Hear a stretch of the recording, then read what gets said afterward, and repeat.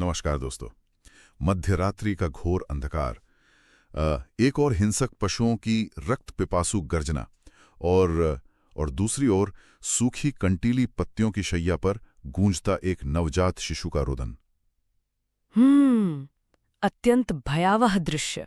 बिल्कुल, परंतु देखिए, ये कोई साधारण शिशु नहीं है। इस असहाय से प्रतीत होने वाले बालक की धमनियों में एक अत्यंत प्रतापी और महान राजवंश का रक्त प्रवाहित हो रहा है। ये एक ऐसे शूरवीर के जन्म का क्षण है जो आगे चलकर संसार के सर्वोच्च वैभव, असीमित सत्ता और अपार प्रेम को अपने चरणों में झुका लेगा। जी। वो सब कुछ प्राप्त करेगा जिसकी लालसा में मनुष्य अपना संपूर्ण जीवन भस्म कर देता है। परंतु इस गाथा का सबसे बड़ा और विस्मयकारी विरोधाभास ये है कि जब संपूर्ण विश्व उसकी मुट्ठी में आ जाएगा, तब वो उस अपार सत्ता और संपदा को मात्र राख का ढेर समझकर त्याग देगा। ये विरोधाभास मनुष्य की चेतना को भीतर तक झकझोर देता है। मतलब साधारणतः मनुष्य जीवन भर जिस शिखर तक पहुंचने के लिए अपना सर्वस्व दांव पर लगा देता है, कोई सर्वोच्च शिखर पर खड़ा होकर उसे ठुकरा कैसे सकता है? सत्य है। यह दृश्य केवल एक शिशु के जन्म का नहीं है, बल्कि मनुष्य के भीतर छिपे उस शाश्वत द्वंद्व का प्रत्यक्ष उदय है, जो भौतिक सुखों की अंतहीन तृष्णा और आत्मिक शांति की खोज के बीच निरंतर चलता रहता है। और आज हम जिस महान गाथा के माध्यम से इस गहन द्वंद्व को समझेंगे, वो है तमिल साहित्य का अमर जैन महाकाव्य जीवक चिंतामणि। महान जैन कवि तिरुत्तकतेवर द्वारा रचित। जी, तिरुत्तकतेवर की यह वह अद्भुत रचना है जो केवल एक योद्धा की विजयों का गुणगान नहीं करती। इस विस्तृत चर्चा का उद्देश्य केवल एक शूरवीर के खड्ग की झंकार सुनना नहीं है। यह एक ऐसे भव्य नाटक की भांति है जहां अंतिम चरमोत्कर्ष किसी भयंकर शत्रु का वध करना नहीं है, बल्कि अपने ही शीर्ष से वो बहुमूल्य स्वर्ण मुकुट उतारकर फेंक देना है, जिसके लिए न जाने कितनी रक्त की नदियां बहाई गई थीं। अद्भुत। यह गाथा हमें ये सोचने पर विवश करती है कि किसी विशाल साम्राज्य को अस्त्र शस्त्र के बल पर जीतने से कहीं अधिक अदम्य साहस उस साम्राज्य को स्वेच्छा से त्यागने में लगता है ना? किसी वस्तु को प्राप्त करने की लालसा हमें शारीरिक बल दे सकती है, परंतु उसे त्यागने के लिए जिस मानसिक और आत्मिक बल की आवश्यकता होती है, वह मानवीय प्रवृत्तियों से अत्यंत उच्च स्तर की बात है। पूर्णतः सत्य। और इस वैराग्य रूपी भवन की नींव उस समय पड़ी जब यह महागाथा एक अत्यंत सुखद और समृद्ध अतीत में श्वास ले रही थी। दक्षिण भारत का एक ऐसा भव्य राज्य जहां धन धान्य, कला और साहित्य का स्वर्ण युग चल रहा था। वहां का नरेश अत्यंत न्यायप्रिय, वीर और प्रजापालक था। प्रजा अपने शासक से हृदय की गहराइयों से प्रेम करती थी। जी, राज्य की सीमाएं सुरक्षित थीं और भीतर सर्वत्र शांति का वास था। देखिए, एक आदर्श राज्य की जो परिकल्पना हम शास्त्रों में पढ़ते हैं ना, ये राज्य उसका प्रत्यक्ष प्रमाण था। परंतु इस आदर्श अवस्था के भीतर ही विनाश का बीज अंकुरित हो रहा था। और यह एक शाश्वत सत्य है कि पतन सदैव बाहरी सीमाओं से नहीं, बल्कि आंतरिक दुर्बलताओं से आरंभ होता है। इसी बिंदु पर एक अत्यंत प्रासंगिक उपमा ध्यान में आती है। एक विशाल और दृढ़ वृक्ष का पतन कभी बाहरी आंधी या तूफान से नहीं होता। उसे हमेशा भीतर बैठी दीमक धीरे धीरे खोखला करती है। बिल्कुल, बिल्कुल सही कहा आपने। और उस न्यायप्रिय नरेश के पतन का कारण कोई बाहरी आक्रमणकारी नहीं था। वो दीमक राजमहल के अत्यंत सुरक्षित प्राचीरों के भीतर ही पल रही थी। उसका अपना मंत्री, वो व्यक्ति जिस पर राजा ने अपना सर्वाधिक विश्वास न्यौछावर किया था, सत्ता के लालच में पूर्णतः अंधा हो चुका था। ये लालच एक ऐसा विष है जो मनुष्य के विवेक, उसकी निष्ठा और उसकी मनुष्यता को समूल नष्ट कर देता है। मंत्री ने राज्य के सिंहासन को हथियाने के लिए एक अत्यंत अंधकारमय और कुटिल षड्यंत्र की रचना की। अत्यंत कुटिल। इस षड्यंत्र का मनोविज्ञान अत्यंत जटिल है। सत्ता की समीपता अक्सर महत्वाकांक्षा को जन्म देती है, और जब वो महत्वाकांक्षा धर्म और नीति की सीमाएं लांघ जाती है, तो वो विनाश का रूप ले लेती है। एक काली रात में विश्वासघात ने अपना सबसे क्रूर और रक्तरंजित रूप दिखाया। उस न्यायप्रिय नरेश की अत्यंत निर्ममता से हत्या कर दी गई। जिस महल में कभी शांति, न्याय और उत्सवों का वास था, वहां सहसा हाहाकार मच गया। ये घटना मन में एक अत्यंत चुभता हुआ प्रश्न खड़ा करती है कि क्या सत्ता का अंधा लालच सदैव निष्ठा और वफादारी पर भारी पड़ता है? ये एक ज्वलंत प्रश्न है। उस रात जो हुआ वो केवल एक राजा की मृत्यु नहीं थी, वो धर्म की हत्या थी, वो विश्वास की हत्या थी। और उस रक्त रंजित महल में एक गर्भवती रानी थी। सोचिए उस माता की मानसिक स्थिति, जिसके पति की अभी अभी निर्मम हत्या हुई हो और जिसके गर्भ में उस राजवंश का अंतिम अंश, एकमात्र उत्तराधिकारी पल रहा हो। रानी का वो क्षण अत्यंत मर्मस्पर्शी है। वो एक महारानी थी जिसने जीवन में कभी नंगे पैर भूमि का स्पर्श नहीं किया था, कभी नहीं। परंतु अब अपने अजन्मे बच्चे की प्राण रक्षा के लिए वो अपने सारे आभूषण, राजसी वस्त्र और अपना गौरव त्याग कर उस भयावह रात्रि में घने वन की ओर भागने पर विवश हो गई।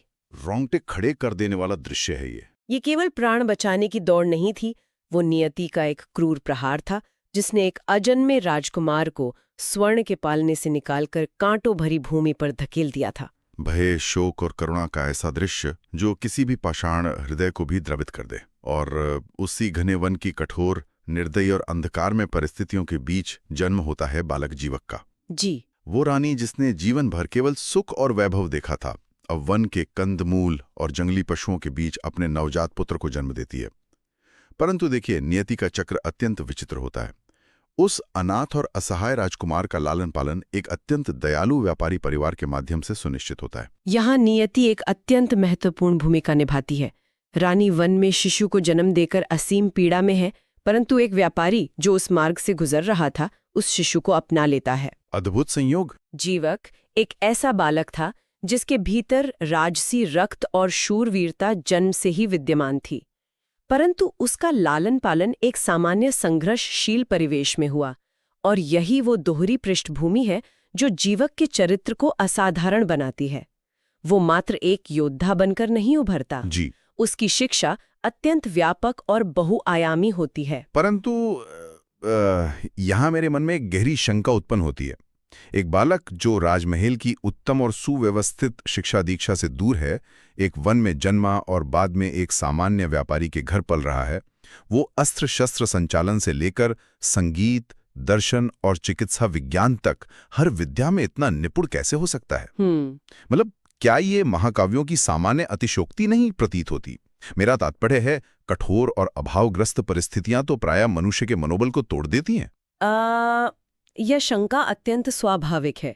यदि हम इसे केवल एक चमत्कार मान लें तो कथा का मर्म नष्ट हो जाएगा, परंतु यदि हम इसे मानव मनोविज्ञान के परिप्रेक्ष्य में देखें तो पाएंगे कि सुख सुविधाओं का आधिक्य प्रायः मनुष्य को शिथिल और संतुष्ट बना देता है। इसके विपरीत सुविधाओं का अभाव और जीवन का कठोर संघर्ष ही मनुष्य के भीतर छिपी सर्वोच्च क्षमताओं को प्रज्वलित करता है। अर्थात उसके पास एक सम्राट की जन्मजात वृत्ति थी, परंतु एक सामान्य मनुष्य का संघर्षशील दृष्टिकोण भी था। ठीक यही। अभाव ने उसे निरंतर सीखने की भूख दी। उसने ये नहीं माना कि उसे सब कुछ सरलता से प्राप्त हो जाएगा। उसने अस्त्र शस्त्र की विद्या अत्यंत कठोर परिश्रम से सीखी। उसने चिकित्सा विज्ञान को इसलिए आत्मसात किया क्योंकि उसने सामान्य जन की पीड़ा को अत्यंत निकट से देखा था। सत्य है। वह संगीत की स्वर लहरियों का मर्मज्ञ भी बना क्योंकि उसके भीतर एक अपार संवेदनशीलता थी। इसी अद्भुत संगम ने उसे एक पूर्ण, अजेय और अत्यंत संवेदनशील नायक के रूप में गढ़ा। वह महलों में पले किसी भी राजकुमार से कहीं अधिक योग्य सिद्ध हुआ, क्योंकि उसने जीवन की वास्तविकता की भट्टी में स्वयं को तपाया था। जी, यह स्पष्टीकरण वास्तव में इस चरित्र को एक नया और अत्यंत तार्किक आयाम देता है। जैसे जैसे जीवक की यौवन की दहलीज पर कदम रखता है, उसकी सफलताओं का आकाश निरंतर विस्तृत होता जाता है। उसकी शारीरिक सुंदरता, बौद्धिक आकर्षण और अपार कौशल ऐसा था कि अनेक राज्यों की राजकुमारियां उस पर मुग्ध हो गईं। उस काल की महाकाव्य परंपराओं और राजनीतिक गठजोड़ के अनुसार उसने अनेक विवाह किए। उसकी विजय यात्रा अनवरत चलती रही। वह शोषितों और असहायों का रक्षक बन गया। एक समय ऐसा आया जब अपार धन, प्रचंड यश और असीमित प्रेम उसके चरणों में था। वो सफलता के उस सर्वोच्च शिखर पर आसीन था जहां पहुंचने का स्वप्न हर युवा देखता है। वो अपराजित था, समाज में उसका अत्यंत सम्मान था, परंतु नियति अपने सबसे बड़े रहस्य को उजागर करने के लिए उपयुक्त समय की प्रतीक्षा कर रही थी। और फिर वो नाटकीय क्षण आता है जो जीवक के जीवन की दिशा को सदा के लिए परिवर्तित कर देता है। वो क्षण जब उसे अपने जन्म का वास्तविक सत्य ज्ञात होता है। सत्य भी कैसा, उसे पता चलता है कि वो कोई सामान्य व्यापारी का पुत्र नहीं है, वो तो उस राज्य का वास्तविक उत्तराधिकारी है। ओहो। और उससे भी बड़ा हृदय विदारक सत्य ये था कि उसके पिता की मृत्यु कोई प्राकृतिक घटना या दुर्घटना नहीं थी, बल्कि एक अत्यंत क्रूर और विश्वासघाती हत्या थी। वो मंत्री जो अब सिंहासन पर बैठा है, उसी ने उसके पिता के रक्त से अपने हाथ रंगे हैं। और उसकी माता को वन में दर दर भटकने के लिए विवश किया था। बिल्कुल। ये सत्य जीवक की चेतना पर किसी प्रलय से कम नहीं रहा होगा। जब उसे ये ज्ञात हुआ होगा कि जिस व्यक्ति ने उसके परिवार को नष्ट किया वो आज भी राजसुख भोग रहा है। ये तो एक उस दबी हुई ज्वाला के समान प्रतीत होता है जो वर्षों तक पृथ्वी के गहन गर्भ में शांत पड़ी रहती है, केवल एक छोटे से मार्ग की प्रतीक्षा में। और जब उसे वो मार्ग मिलता है तो वो एक भयंकर ज्वालामुखी बनकर फूट पड़ती है। प्रतिशोध की इसी धधकती ज्वाला में जीवक अपने पिता के हत्यारे उस विश्वासघाती राजा पर आक्रमण करता है। एक अत्यंत भयंकर और विनाशकारी युद्ध होता है। जी। जीवक का रणकौशल, उसकी रणनीतिक सूझबूझ और वर्षों का उसका संघर्ष, सब कुछ इस युद्ध में परिलक्षित होता है। और अपनी अजेय शक्ति तथा बौद्धिक क्षमता से वो अपने शत्रु को परास्त कर अपना खोया हुआ पैतृक सिंहासन अंततः वापस छीन लेता है। यहाँ यह समझना आवश्यक है कि वह युद्ध केवल भूमि के एक छोटे से टुकड़े या केवल सत्ता प्राप्ति के लिए नहीं था। वह धर्म, न्याय और उस विश्वास की पुनर्स्थापना के लिए था जिसे लालच ने नष्ट कर दिया था। जीवक ने वो प्राप्त कर लिया जो उसका जन्मसिद्ध अधिकार था। परंतु जब एक साधारण परिवेश में पलानायक सहसा एक विशाल और अत्यंत समृद्ध साम्राज्य का अधिपति बन जाता है, तो क्या उसके भीतर अहंकार जन्म नहीं लेता? क्या सत्ता का तीव्र नशा उसे अंधा नहीं कर देता, जैसा कि उस विश्वासघाती मंत्री के साथ हुआ था?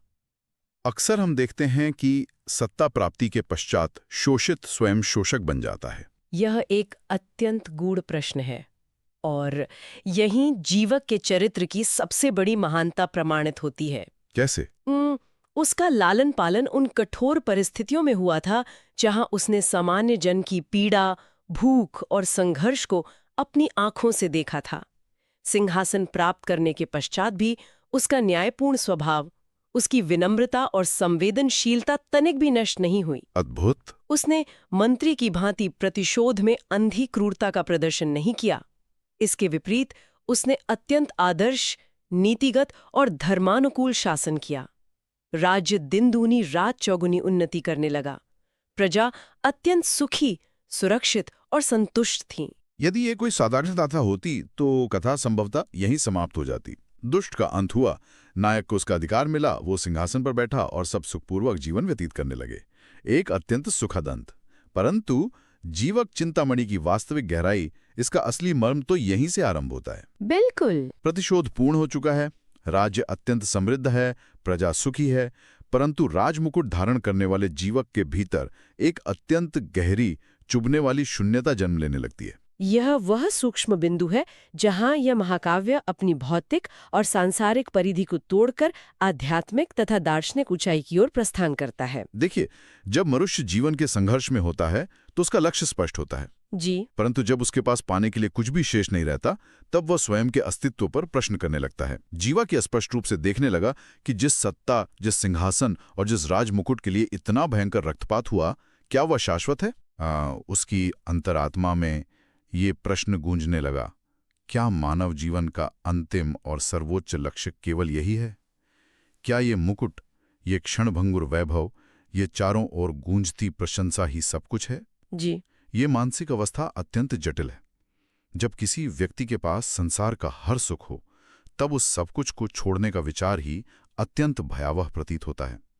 ये तो एक उस पर्वतारोही के समान प्रतीत होता है जो अपना संपूर्ण जीवन, अपनी सारी ऊर्जा, अपना सारा स्वेद और रक्त एक सर्वोच्च शिखर पर चढ़ने में लगा देता है।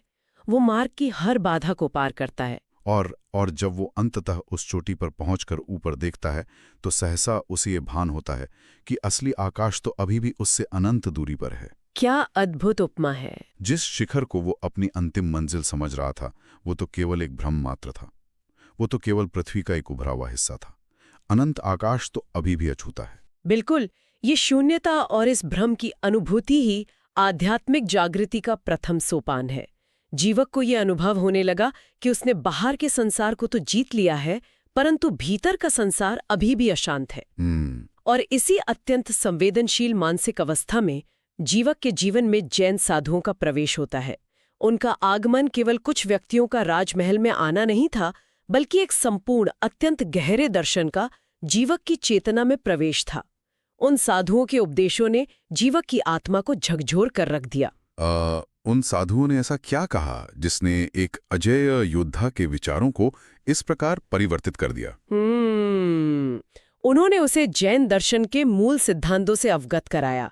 उन्होंने अहिंसा का वास्तविक अर्थ समझाया। केवल शस्त्र न उठाना ही अहिंसा नहीं है, बल्कि मन, वचन और कर्म से किसी को पीड़ा न पहुंचाना अहिंसा है। सत्य है। उन्होंने अपरिग्रह का मार्ग दिखाया, अर्थात भौतिक वस्तुओं के प्रति मोह का त्याग। जब तक मनुष्य बाह्य वस्तुओं से जुड़ा रहता है, वो कभी स्वतंत्र नहीं हो सकता। उन्होंने उसे आत्मज्ञान की ओर प्रेरित किया। इन उपदेशों ने जीवक के मन पर पड़े अज्ञान के पर्दे को हटा दिया। तो उसे ये बोध हुआ कि भारी संसार की विजय अत्यंत क्षुद्र और अस्थायी है। आज ये राज्य उसका है, कल किसी और का होगा। तो फिर वास्तविक विजय क्या है? सच्चा और अजय विजेता वह नहीं है जो लाखों सैनिकों को युद्ध भूमि में परास्त कर दे या बड़े बड़े साम्राज्यों को अपने अधीन कर ले जी, बल्कि सच्चा विजेता वह है जो स्वयं के भीतर उठने वाली असीमित इच्छाओं, क्रोध, मोह और वासनाओं पर विजय प्राप्त कर ले। जिन शब्द का अर्थ ही है जीतने वाला, वह जिसने अपनी इंद्रियों को जीत लिया हो। संसार को जीतना अत्यंत सरल है, परंतु स्वयं को जीतना सर्वाधिक कठिन। यह विचार सीधे आत्मा में उतर जाता है। बाह्य जगत की इस क्षणभंगुर सत्ता और भौतिक सुख से मुड़कर आंतरिक जगत की आत्मा और उस परम शांति की ओर मुड़ने की यह यात्रा ही जीवक चिंतामणि का मूल सार है। और अब यह अमर कथा अपने उस अंतिम, सबसे भावुक और सर्वोच्च पड़ाव पर पहुंचती है।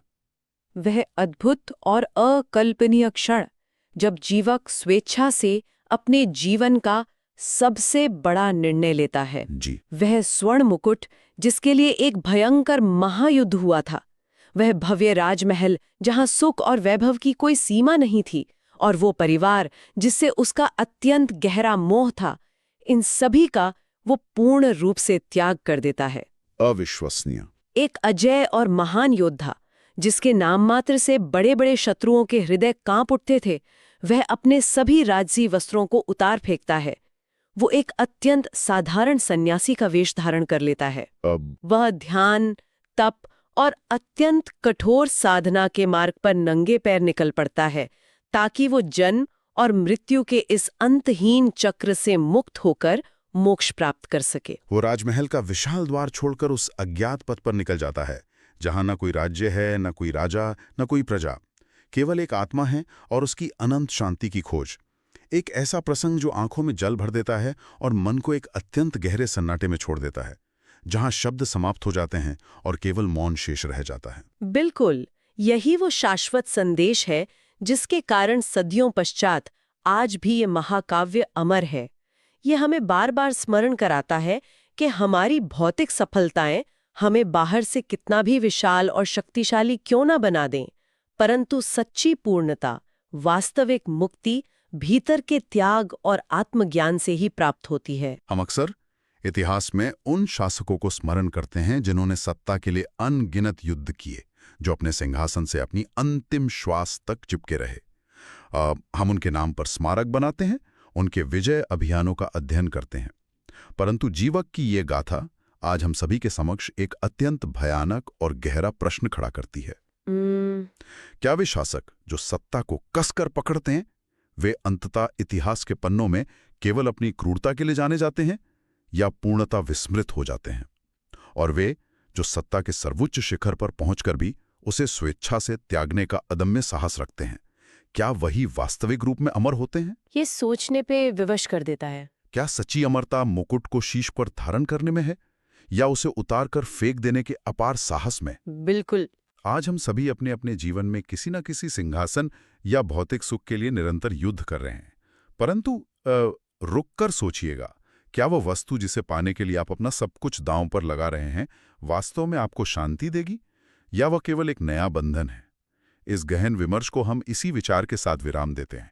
कुछ समय निकालकर इस पर स्वयं विचार अवश्य कीजिएगा। जी। यदि जीवक चिंतामणि के इस भावुक और प्रेरणादायक सफर ने आपके हृदय को छुआ हो तो इस प्रस्तुति को लाइक करें, अपने मित्रों और परिजनों के साथ साझा करें।